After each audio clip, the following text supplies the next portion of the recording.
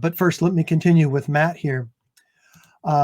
He appears in Tony Rook's 9/11 documentary Incontrovertible and has spoken at numerous Reinvestigate 9/11 and AE 9/11 Truth events.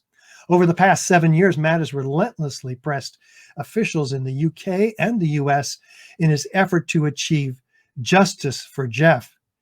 He's currently seeking a new inquest into Jeff's death, using the World Trade Center evidence that AE 9/11 Truth has been collecting and packaging for 14 years now.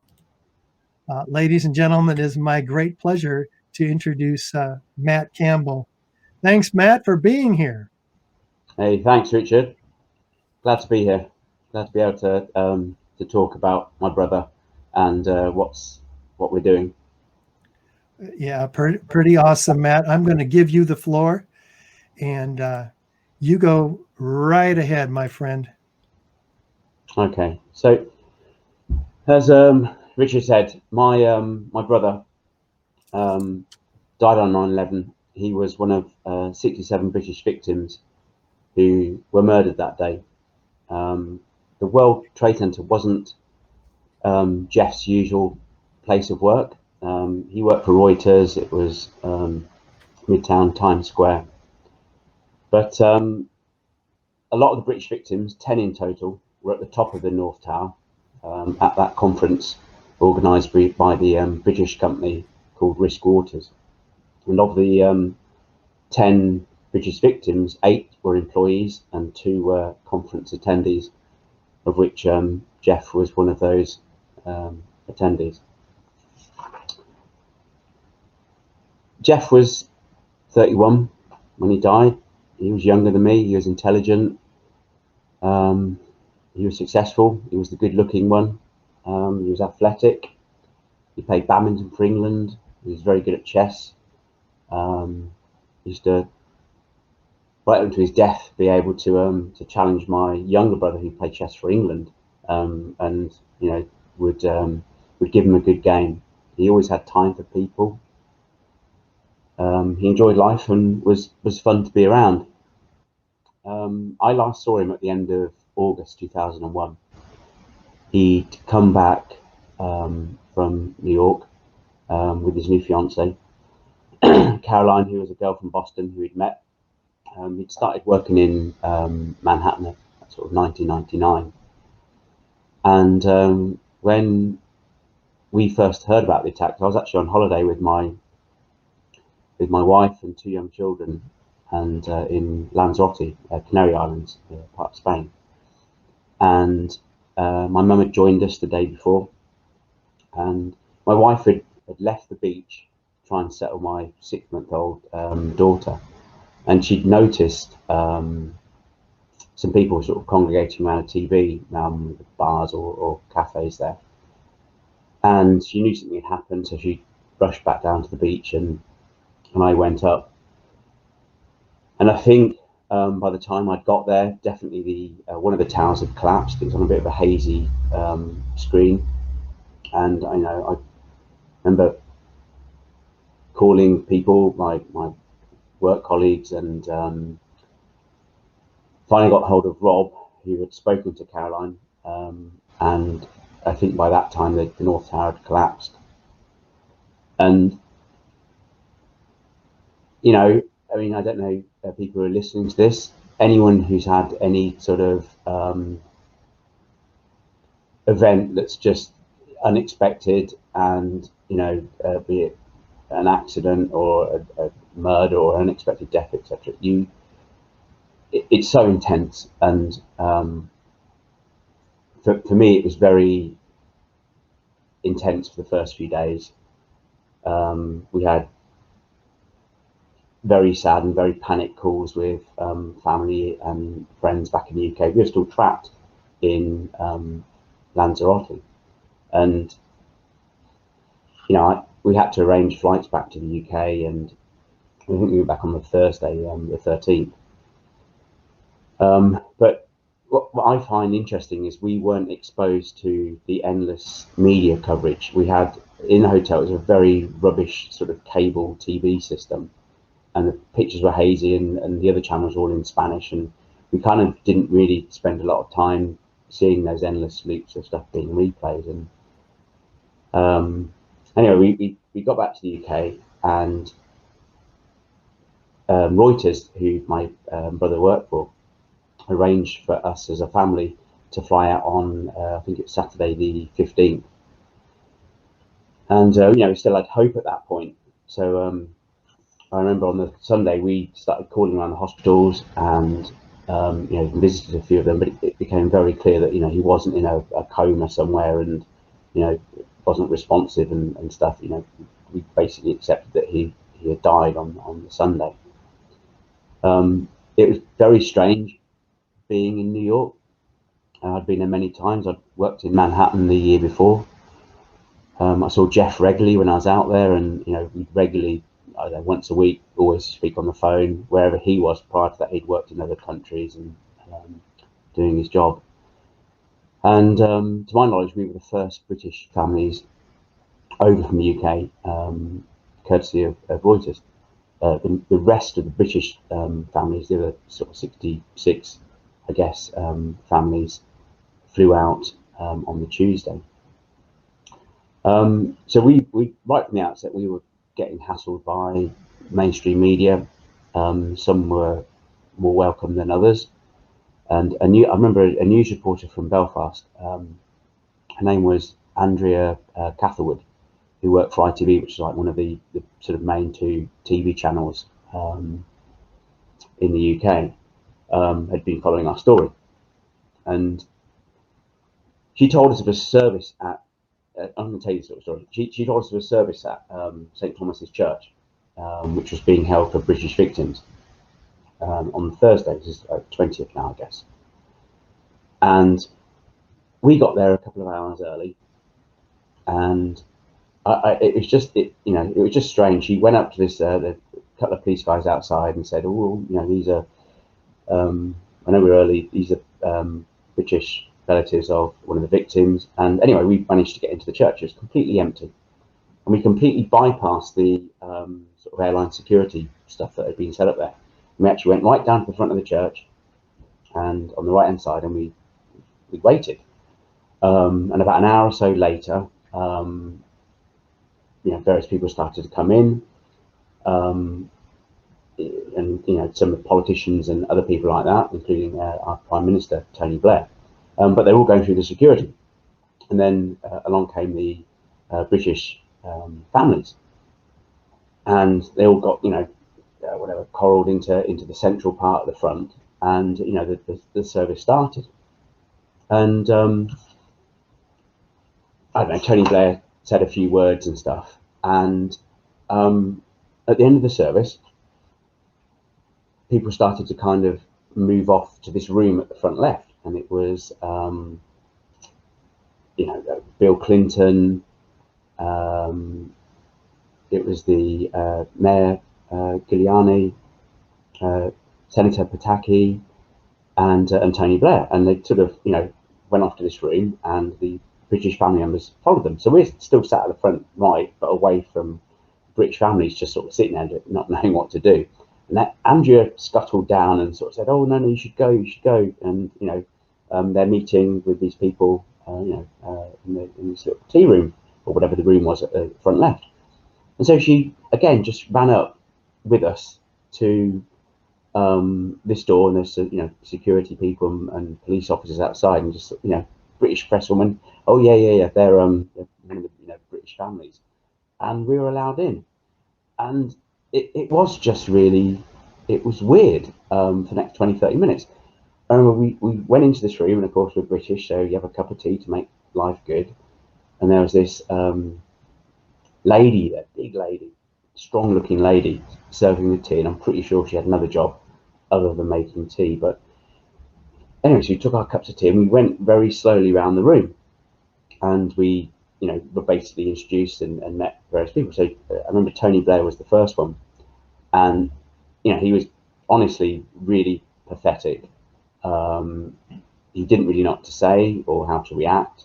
My mum was just collapsed in front of him bawling, and he just sort of stood there like a kind of very cold individual. And then we met Mayor Giuliani, his name is, and Senator Pataki, and exchange a few words and stuff.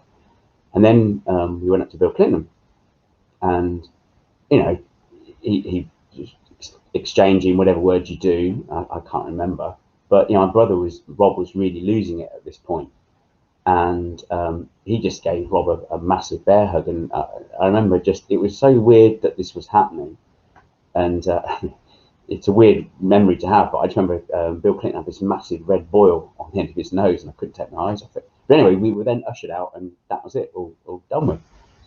And it wasn't until afterwards did I really start to think about how surreal the whole service had been, and how we'd got into the church off the back of this British press lady, saying, "Oh, they're one of the families." I mean, you've just had the biggest attack on American soil, in all history, and you would have thought there'd be a bit more kind of security or concern about people who were just being pushed in front of the powers that shouldn't be. And anyway, it was just very odd. I remember Caroline was very scathing in one of her press. My brother's fiance, Caroline, was very scathing in one of her press interviews, whatever, saying that Tony Blair was a pathetic leader, etc. And she actually got investigated, or the impact of her comments were investigated. And she knew that because a guy who worked for the British Embassy, who that's later on actually dated for a while, was tasked with investigating the impact of her words, saying that Blair was a pathetic, weak leader. Which, in my eyes, yeah, absolutely, he just wasn't what we needed as a family, for sure, at that time. And during that time, we were only there for like sort of 11, 12 days. We did go down to the World Trade Center, and saw, I guess, the destruction at first hand. And the police were very accommodating and just enabled us to be able to go and do that. But it was a very odd time for us. I've been back to New York many a time, including when the museum was opened at the World Trade Center and stuff. But I must just look back, I guess, 2 years ago, where, okay, we're in 2020 now, but in 2018 I did visit America, and I spoke outside the Capitol. But let me come back. We're 19 years on. My brother Jeff, was murdered on this day.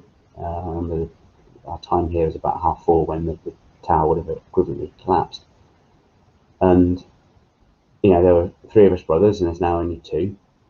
And early this evening, I met up with one of my brother's, Jeff's, best mates. He was best man at his wedding, and he joined my brother Rob and my mum and a pub. We had a few drinks to just reminisce about my brother and stuff, and what could have been, and what he meant to us, and all that. And I miss him, and we all do, and it is still hard 19 years on. Anyway, like I said, 2 years ago, I went to the States. I think I did a couple of talks in New York, but I spoke outside the US Capitol building, and I'd like to read some of what I said again, because I know the audio wasn't great that day. So here goes. Whenever the authorities are involved in murder and its subsequent cover-up, it's only through the determination and perseverance of family members and individuals that truth and justice can have any chance of prevailing, even when the chances of succeeding appear very slim. And I'd like to give you an example of what inspires me. Over 48 years ago in Northern Ireland, 28 civilians who were on a protest march were shot by the British Army. 14 people died, 6 of whom were 17. The youngest injured was only 15. That day in Derry, Northern Ireland in 1972 became known as Bloody Sunday. I'd like to mention some of the parallels because I think they're interesting between 9/11 and Bloody Sunday. some of which I've personally experienced myself. So, for example, how the media, politicians, and successive governments close rank when you challenge them about official narratives, and how they basically choose to ignore you. Bloody Sunday had the Widgery Tribunal, which was an inquiry which has a broader scope than an inquest, led by the Lord Chief Justice Widgery, and he's the sort of highest legal authority in the country.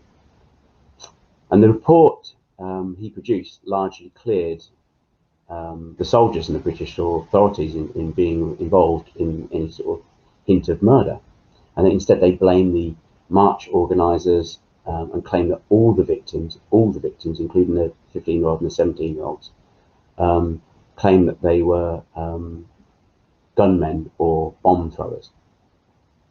Not a single eyewitness testimony was considered, other than that of soldiers.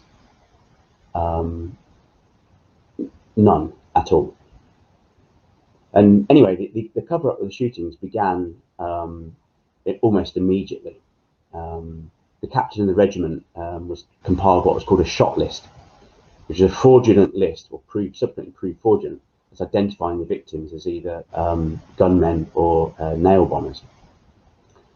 And the very next day, so we were talking about less than 24 hours, the Prime Minister, Ted Heath, and the Lord Chief Justice had a conversation, and the Prime Minister reminded the Lord Chief Justice that as well as a military war going on, there was a propaganda war going on in Northern Ireland, and that he should do his duty.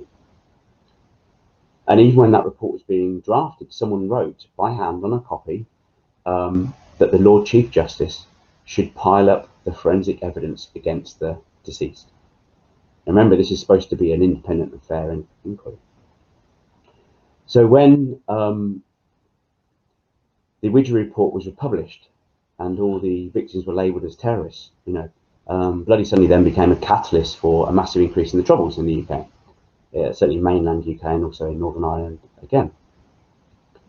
Now I take inspiration and hope that, it took the Bloody Sunday families almost 20 years to get together to then start to campaign and push for a new inquiry and subsequent inquests into the death of their loved ones.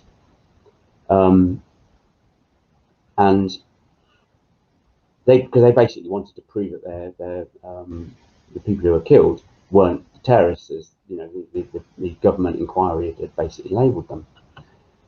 And on the 20th anniversary, a book was published by a chap, an Irish, he's now an activist, he's an activist and journalist, but now an Irish politician, called Eamon McCann.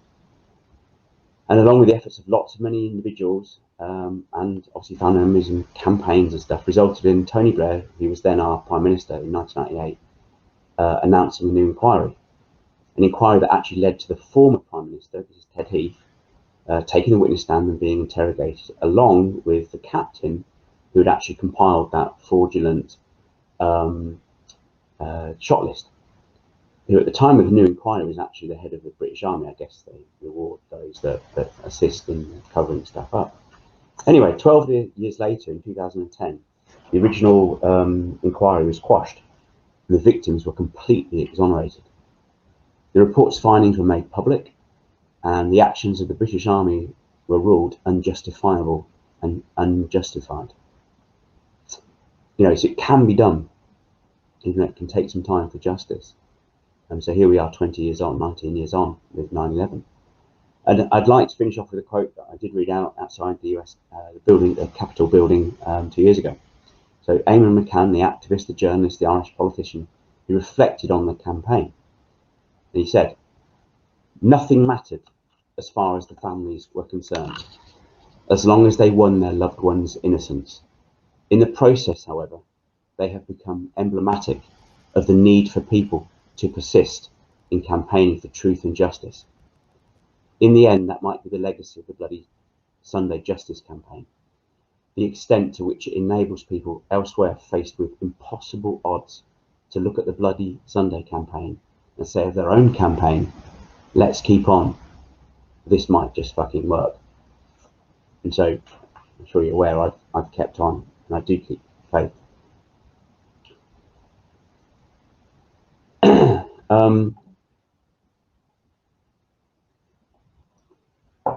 Back to my brother. So shortly after his death, we were told it was unlikely that any remains would be found of him. In the weeks and months after 9/11, we encountered this strange term called vaporized. The police and authorities talked about it. I think the word originated, or the phrase originated from the chief medical examiner, who, had basically said that he didn't expect to find many remains of people because they've been vaporized. And so, we kind of accepted that. I mean, we had a death certificate issued by the US authorities, and that was it. We just, by the end of the year, there was no identification of his remains or even finding. So we were kind of surprised in June 2002. It was, I think, the day before or on my mother's birthday that we received a call from the British police that Jeff's collarbone had been found. And Mum got a lot of comfort, oddly, from his collarbone being found, purely because he'd broken it as a toddler, and it had some significance for her. But this is one piece that had been identified. We didn't know what to do with it. It came across in a kind of bag and a casket, and so I just kept his remains in my house. We weren't ready for a burial, and we didn't really know what to do. Then about 2 years later, 3 other very small bone fragments were identified, and so in the summer of 2004 we had a funeral, a proper burial, where we had the remains repatriated. It's very hard. I mean, I said again, if anyone's had someone murdered or some horrible catastrophe, to try and understand that my brother was now this small collection of bones was really tough. So in 2008, we're now talking 4 years on, we had another call from the police saying further remains have been identified, and I knew what was in the casket, and I told my mum what was in the casket, but nothing really prepared us for it when we opened the bag and inside the casket to look at my brother's remains. I remember my mum letting out a gasp, and because of what we had in front of her, it was my brother's scalp, his hair, some facial tissue, and a little bit of his jawbone and 3 teeth. My mum was kind of relieved that there was no sign of burning. That's one of her biggest fears that she'd had. But I'm a parent. I don't really know how you deal with that as a parent, seeing your child's remains so graphically. That's all that's left of them. I mean, we're still talking a really small percentage of my brother. 2 or 3% was all that's been recovered. Anyway, we had a second burial in 2008. But I should go back to the remains that were identified in 2004. The 3 bones in addition to the first bone triggered something called an inquest in the UK. Although it was adjourned until later, and I'll come to when we actually had the inquest, it's just English law, British law, that when someone dies either in suspicious circumstances or is murdered, or it could be in the UK or abroad, you have an inquest. And in our case, because the remains were repatriated back to the UK, it automatically opened, an inquest opened on him. And inquests are kind of peculiar things. They're very limited in scope, which is partly frustrating for me when he had the inquest, but actually it plays into our favour and our hand with what we're trying to do justice-wise right now. But a scope of an inquest is really limited to who, when, where, and how. So how did the deceased die? And so these were fundamentally the questions that I guess the coroner who is the person who manages the inquest, had to deal with when Jeff had his inquest on 29th of January 2013. And he had this inquest along with 9 other victims who'd all had their remains, I guess, identified and repatriated and brought back to the UK. So the coroner really relied and admitted in the course of the inquest that they relied primarily on the 9/11 Commission report and a counter-terrorism report prepared by the British police, which was part of what was called an investigation called Operation Exchange. And so, okay, we've seen the 9/11 Commission report, and there's lots of holes in that, and we have issues in it, but at least we can see it. But I wanted to see the report prepared by the counter-terrorism officer, and I couldn't get it. And I did a freedom of information request to the police authorities in London, and it was denied. And I subsequently found out that the actual report had been marked as exempt from disclosure. Okay, anyway, I didn't actually attend the inquest, nor did my mum. I wasn't in a good place, and I know that I would have ended up sort of getting angry and shouting. I know from, well, the paperwork that we got given, but also I've since got hold of the transcript and the audio of the inquest, that 2 of the victims were represented by their families. But interestingly, there was absolutely no press coverage either before or after the inquest. And this inquest into 10 British victims lasted less than 2 hours. The specifics of Jeff's death were covered in about 3 minutes. And incidentally, they ignored the remains that had been identified in 2008. And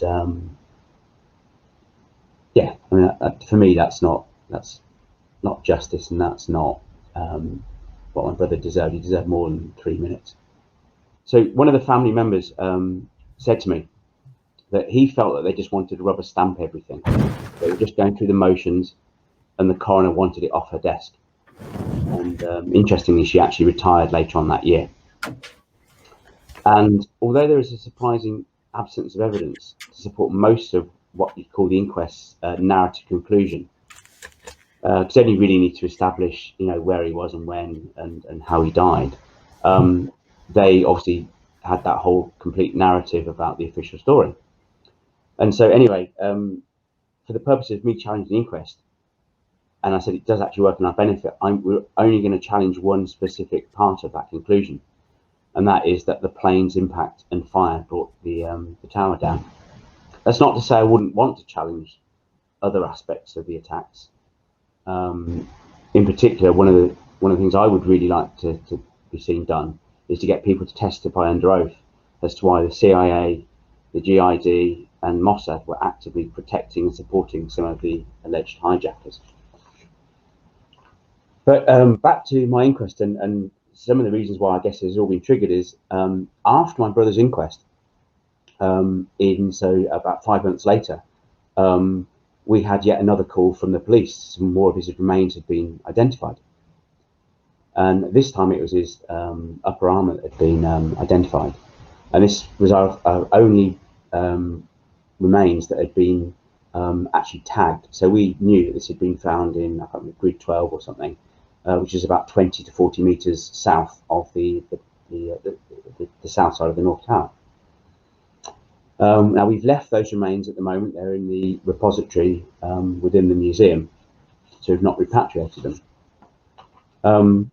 But anyway, so go back 2 years. So I'm doing this talk outside the Capitol building, and on the way home, and I started having a conversation with Ted Walter from A&E, and we started talking about my brother's inquest and how I thought it's probably the best chance and potentially the quickest way of getting the abundance of evidence of controlled demolition into court of law. And we talked about my brother's remains that had been identified in 2013 in May after the inquest, and in theory, that is enough to almost trigger a new inquest because it's new evidence, it's new remains. But we started then talking about the forensic side of stuff, and we started to explore different avenues. So I contacted a forensic pathologist who was an expert on victims of explosives, and he said something very interesting. He said he defined 3 injury types: primary, secondary, and tertiary. And I quote what he actually wrote. He said, "Total disintegration and disruption of the entire body not only indicates extreme forces, but that the victim was in close proximity to the device at the time of detonation." And most of the World Trade Center victims, including the 1,108 victims who haven't had anything identified, would definitely fall into this category of primary injuries. But injuries from where buildings have collapsed, victims should normally fall into what's called the tertiary blast injury category. People would, I guess, be squashed. But we have a situation where there are 21,000 odd fragments of people, and a lot of those people haven't been identified. Anyway, so we discussed this, and we looked at the evidence that architects and engineers had accumulated over the last 14 years, and we decided to approach the barrister in as recent as sort of May time this year, who had actually contacted 4.5 years earlier just to test the waters to see if the case had merit going forward with the evidence that A&E had accumulated. And I think Richard had spoken earlier about Nick Stanage. I mean, he really is an excellent barrister. He's very good at what he does, and he's not afraid to tackle cases where you're certainly going up against the authorities and governments. I'm really pleased that we have his services. So, like I said, an inquest in the UK has to be held when someone has died in suspicious injuries. And so, although Jeff has had his inquest, under British law, there is a mechanism which provides people the right to challenge the finding of an inquest. And particularly when there is new evidence or lack of an inquiry into that original inquest, you can request a fresh inquest is opened. And so back in May, June, when we basically put a little summary of the evidence that was available, it became very clear immediately to the barrister that, not only was there more than enough evidence not considered the original inquest, but we were way over, what you would require to convince the Attorney General to reopen the inquest. We had very strong grounds to basically get this back into a court of law. So things moved very quickly with myself, architects, engineers, and the barrister. And along with expert witnesses, we've been busy preparing a petition for the last month or so. And as ever, things take a little bit longer than anticipated, but assuming enough funds are raised, we should be in a position to submit the petition next month under Section 13(1)(b) of the 1988 Coroners Act and request a new inquest. Like I said, the bar that's set in terms of what's required to get that Attorney General's authority. In the UK, we have to push it from the Attorney General to the High Court, and then the High Court reopens it in a coroner's court. But it's so unlikely that the Attorney General would actually turn us down, because as I said, we've got way more than would normally be required to reopen an inquest. And I'm sure there's probably some of you out there listening who are very skeptical about, rightly skeptical about the legal justice system, both in the US and the UK and elsewhere. But, I'll say again, don't forget that the major cover-up that involved the police, the army, the Prime Minister, the highest legal chap in the land, was overcome with the Bloody Sunday campaign. And so I remain very hopeful. And the other thing that really encourages me is, as far as I know, there's only been a tiny handful of cases where, once the Attorney General has granted his or her authority to the High Court, it's very rare for the High Court to not side with the Attorney General. And so what they would then do is push it onto the Coroner's Court, and we would get a new inquest and get the evidence into court. And so I think that's what's going to happen. I'm very confident of that. And for me, it's been a long day. I mean, we've gone past midnight here in the UK. My brother died today, or 19 years ago, and I do finally feel that he's going to have his day in court, and there is a chance that justice will be done, and I am excited. It's hard to be on this day of all days, but I'm very, very encouraged by what the barristers told me, where we're going with this, and where it could end up. Richard. Thank you, Matt. That's just a heart-rending story, and we're so with you. I have a question for you, Matt. You said that you feel like this opportunity is the Attorney General can't say no. What's your personal feeling about how on board with our issue, our collective issue, is Nick Stanage from Doughty Street Chambers? I mean, he's very on board. When I first spoke to him, I said, a long time ago, 4.5 years ago, he basically said he would not give his blessing or even take us through to the stage of submitting if he didn't 100%, okay, as close as you could be to 100%, think that we would get past the Attorney General and actually into a coroner's court. And I said within that first, going back to him this summer when we sort of gave him a summary of what we had in terms of evidence and other aspects, immediately he was like, wow. I mean, he was kind of, I wouldn't say blown over, because that's probably not how he's a very conservative chap. He's very level-headed and looks at stuff in a very analytical way. And he's impartial. He's just looking at what's in front of him, and he applies the law. But I mean, even though he's telling us he's very impartial, I can detect that he's confident that this is going to go a long way and we should get this stuff into court. And he's very good. He's very, very good. How do people in the UK react to your questioning 9/11 and how your brother died? I mean, obviously, I can only speak to the people I've spoken to. I don't know. In the UK, we do have a healthy distrust of government, certainly to a certain extent. I think the weapons of mass destruction and the Iraq War stuff that Tony Blair sold to the public has really got us aware of stuff that goes on. But I don't know. I mean, obviously people who know me have known that I've been questioning stuff for a long, long time. I mean, my awakening was an article that John Pilger had written in end of October 2001, which basically the title was "This War is a Farce," and it went on to just talk about the madness of what was going on in Afghanistan, and going after bin Laden, and what did Afghanistan really have to do with it.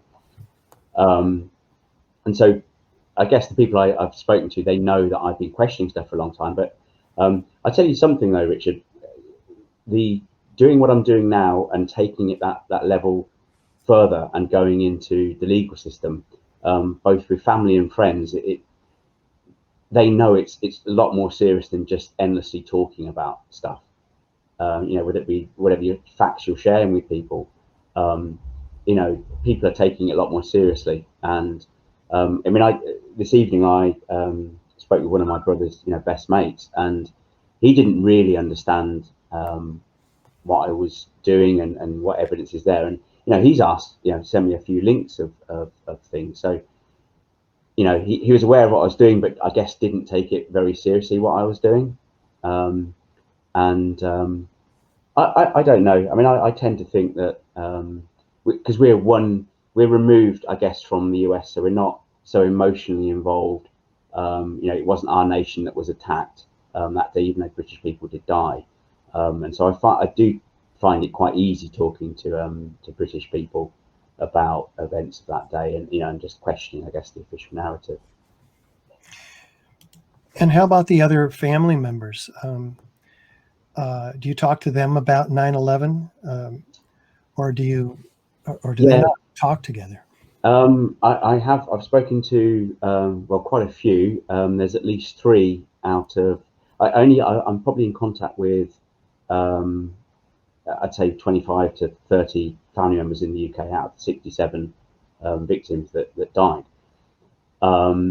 And I know three of them don't really believe or have serious doubts about the official narrative.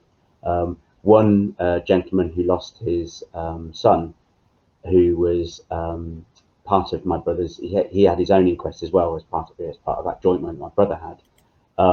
He supports what I'm doing. Um, I don't know whether he's actually going to do that with his own son. He's getting on a bit, and him and his wife aren't very well. But I do know that other family members have doubts, and this chap actually, he said he actually talked to, or sorry, a friend of his talked to some firefighters down at the World Trade Center, and he almost did a 180-degree turn from what he believed in the official narrative, just talking to some of the activists who were down there at the World Trade Center. And I'm sure there's probably A&E materials. I don't know. This is on the anniversary or around the anniversary a few years back. I'm hoping that once I start this process, I am actively trying to reach out to these families, but I'm pretty sure that once we start the process and actually submit to the Attorney General, if I haven't already got a few family members, I'm hoping that others will join me. Because I said it's that level up from just talking about stuff. You're actually doing stuff and taking it into the legal domain, and it just has a lot more gravitas, I guess. And another viewer asks, Matt, has your lawyer had any cases like the one that you're pursuing with him together? He's been involved. I mean, he's been involved in some high-profile cases. I think he was advising one of Princess Diana's friends who was having to give evidence at her inquiry 20 years ago. So he's currently involved in representing some of the paedophile victims of Lord Janner, which is really going against, I guess, the establishment, etc. He's also represented, I think, some soldiers who were illegally killed and stuff. So his expertise is basically that of inquests, and as I see it, challenging what the establishment's done. I mean, a lot of inquests in the UK are actually held into, suspicious deaths of people in police cells, which, I mean, I know that probably something similar goes on in the US. So, once you're in that system and I guess, you're not fighting the system, you're not fighting the coroner, but you are trying to fight for the family to get the truth to be properly known about how their loved one died. I mean, that's the kind of cases that he takes on. Like I said, he's a good guy. You can find his bio. I think it's either on your site or under the Doughty Street website. His bio is pretty comprehensive of the stuff that he's done. Great. Well, Matt, thanks so much for being here with us, and we're looking forward to doing everything we can to fund this effort, because we in the 9/11 Truth Movement not only want justice for Jeff and all of the other family members, not just the 35 that have signed our petition, but all of them really need the truth to heal the loss of their loved ones and to bring justice to them. Only the truth can do that. So thanks again, Matt, and we'll catch up with you again real soon. Okay, great to connect. Okay, thank you, Richard. Thank you.